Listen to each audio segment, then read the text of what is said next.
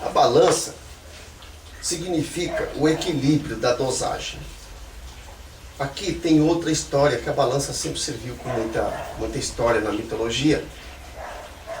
Tinha até uma história da balança, que quando você morria, eles colocavam o coração de um lado da balança e do outro lado uma pedra. Se o coração pesasse mais, você ia para o céu ou não ia. É uma coisa da mitologia da época lá, para julgar. Utilizava uma balança. E tem a balança, o seu fiel, que vai definir o correto, a posição correta. E essa balança, na nossa justiça, para a deusa da justiça, ela significa a dosimetria. Dosimetria tem a ver com dose, de dosagem. Você fazer uma dosagem na hora de aplicar uma pena. A balança significa essa dosagem. Para quem estudou direito, já vai saber mais fácil o que eu estou falando, mas eu vou explicar de uma forma mais leiga para a gente saber. Dosimetria é dosagem. Você vai dosar a sua pena utilizando a balança. De um lado você põe o crime e do outro lado você põe a pena, né? E a sentença fica no fiel da balança.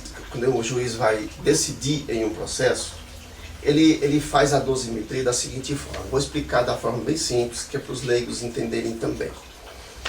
No Código Penal tem, por exemplo, lá o artigo 121, matar alguém. Alguém matou, alguém está sendo julgado. O que é que o juiz vai fazer durante o processo? Ele vai pegar, por isso que tem que ter um processo primeiro, porque no processo você vai conhecer a história. Então, ele pega o artigo 121. Se vocês já repararam, no Código Penal tem matar alguém, pena. A pena aqui vai ser aplicada, acho que é de 20 a 30 anos. Aí, o que acontece quando você vai ser julgado? O processo vai contar a história todinha da pessoa, vai dizer por que ele fez, se ele tinha motivo, se ele usou crueldade, se ele se excedeu, se ele matou daquele jeito bem matado, sabe? Quando o cara mata ainda confere, né? Vai toda essa história durante o processo. Por isso que só se pode falar em dosimetria se você conhecer o processo. E no processo que o ministro lá estava falando de dosimetria, ele não conhecia a história do processo, não tinha processo. Era só um fato e ele estava julgando esse fato. Não tem como se falar em dosimetria. Aí vamos continuar a dosimetria. No Código Penal tem lá as atenuantes e as agravantes. Não vou entrar muito no mérito de direito, porque o direito é uma coisa mais complicada, não dá para explicar fácil, senão vai gerar um mal entendido, né? Não é verdade? Mas é as coisas que tem no fato que você praticou, no caso do homicídio, tem coisas que te ajudam, né? E tem coisas que te complicam. Então, é mais ou menos isso, tá? Falando de uma forma leiga. Umas coisas que vai reduzir sua pena e outras coisas que vai servir para aumentar a sua pena. Isso daí é a dosagem que o juiz tem que fazer. É a dosimetria. E é por isso que no Código Penal tem de 20 a 30 anos. Ah, mas ele vai pegar 20, 21, 22, 30 anos? Qual que ele vai pegar? Eu vou chutar? Não. É a dosimetria que vai colocar o fiel da balança no lugar certo. Vai aplicar as atenuantes, vai aplicar as agravantes. E o ponteirinho fiel da balança vai correndo ali. Quantos anos você quer? Você tem direito, né? 20, 30 e tal. Aqui diminuiu um terço. Aqui aumentou um quarto, aqui diminuiu metade, aqui aumentou metade de novo. Então você vai pegando isso daí e o fiel da balança vai correndo entre 20 e 30. No final o juiz sabe, deu 23 anos, não é da cabeça do juiz. Isso é da dosimetria que ele tirou do processo. Beleza? Isso é dosimetria. Essa dosimetria só funciona legalmente na hora de julgar, se a pessoa não vê quem está julgando. Por isso a venda tem que ser colocada na hora de ser julgado, né? O símbolo a simbologia. Por quê? Porque se você achou que uma pessoa tem direito a reduzir a pena, ah, mas eu não gosto desse cara, ele é de outro partido, né? Aí você vai jogar o seu sentimento em cima, você não pode colocar o seu sentimento nem as suas emoções numa decisão. Fecha os olhos, tapa os olhos e faz o que o fiel da balança mandar. No caso da estátua do STF, nem tem balança, né? Lá eles pegam o fato e tomam a decisão. Aliás, às vezes eles tomam decisão sem nem conhecer o fato. As pessoas nem se defenderam ainda, nem foi dado direito de defesa. Manda prender, manda apreender, manda fazer busca, manda... coisas que não faz parte da justiça. Talvez seja por isso que a estátua do STF é uma prostituta sentada segurando uma espada de algum algoz. Alguns juristas que vem na televisão, vai na internet e fala que a estátua do STF é uma representação de uma rainha sentada no seu trono.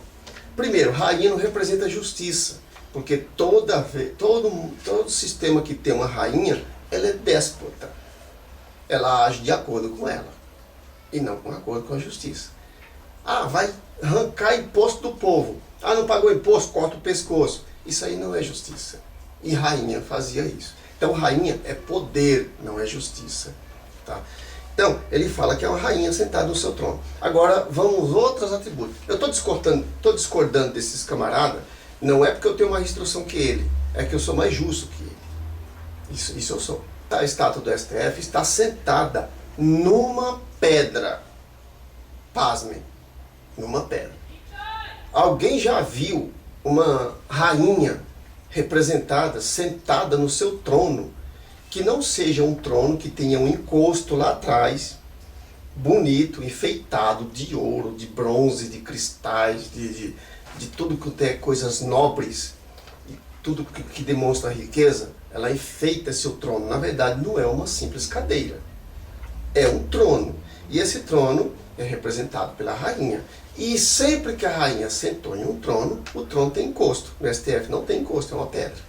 Nem cadeira é. Nem cadeira. E uma rainha sentada no seu trono, sem a coroa. Já viu você aí em alguma representação, desenho, quadro, tela, filme, uma rainha sentada no trono sem a tiara, sem a coroa? Não tem. O STF nem cabeça para colocar a coroa tem. Então, esse jurista que está aí na televisão, pode pesquisar que tem aí, ele fala na televisão, e eles estão também na internet falando sobre a estátua do STF, pode ver que ele é um blefe enorme. Então, vamos fazer um resuminho aí da estátua do STF. Não tem cérebro, não tem sabedoria divina, nem inteligência, porque está cortada a parte de cima. Não usa tiara, né? Está com os seios à mostra, com a espada no colo, que ninguém sabe nem quem é o dono dessa espada. Porque mulher pelada não usava espada, certo? Quem usa espada usa colete, usa proteção, usa escudo, né? Não é verdade? E ela está descalça, com o pé no chão, assim como a deusa da justiça, só que ela não está segurando seu corpo. Ela não está em ação, né? O pé nem segura, é tanto que o pé está sentado, está meio aberto assim as pernas, um pouquinho, né? E sentado numa pedra quadrada, sem encosto, é tanto que ela está até numa posição assim, porque não tem encosto. Imagina um cara fazer uma estátua dessa para colocar na frente do STF, da Suprema Corte Brasileira. É um deboche. Está debochando da nossa justiça. É uma representação de um deboche. Quem quiser pensar diferente, pensa, mas eu sustento isso. Não tem outra lógica. Porque se você estudar os atributos da justiça, você vai ver que na justiça merecia, o nosso STF merecia, pelo menos uma estátua de respeito. Então colocaram uma mulher que ninguém sabe quem é, pelada, segurando uma espada que ninguém sabe de quem que é, sentado numa pedra, né? Nem encosto atrás tem, e sem cérebro. Quem é isso para representar a nossa Suprema Corte? A nossa Suprema Corte merece muito mais respeito do que essa estátua. Certo? Essa estátua, para vocês entenderem por que essa estátua é um deboche, eu descobri quem foi que fez e quem foi que encomendou. Quem encomendou essa estátua foi Oscar Niemeyer, comunista. Comunista não usa lei. Ele quer saber da lei da cúpula. Todo país comunista é a mesma regra de ditadura. Você não quer saber de lei. Você vê que é interesse seu, você baixa o decreto e executa. É assim que se faz no comunismo, é assim que se faz na ditadura, em qualquer lugar que for de linha dura, é assim. Ninguém respeita lei, nem justiça. Muito menos justiça. E quem fez essa estátua, quem esculpiu essa estátua, foi o italiano Alfredo Seschiati, um comunista italiano. Então está explicado por que essa estátua foi feita isso daí. Da mesma forma, aquela estátua de JK, lá em cima no Ministério do Trabalho, que tinha, não sei se ainda tem, tinha Juscelino Kubitschek em cima, sentado, que era a bigorna, e do outro lado a meia-lua por cima, que é o símbolo do comunismo, né? E passou muito tempo para as pessoas descobrir que aquele era o símbolo do comunismo na frente do Ministério do Trabalho. Mas é paciência, são coisas ocultas que a gente não percebe no dia a dia por falta de uma dedicação da curiosidade, né? A gente ser um pouco curioso. E eu resolvi passar essa curiosidade para vocês.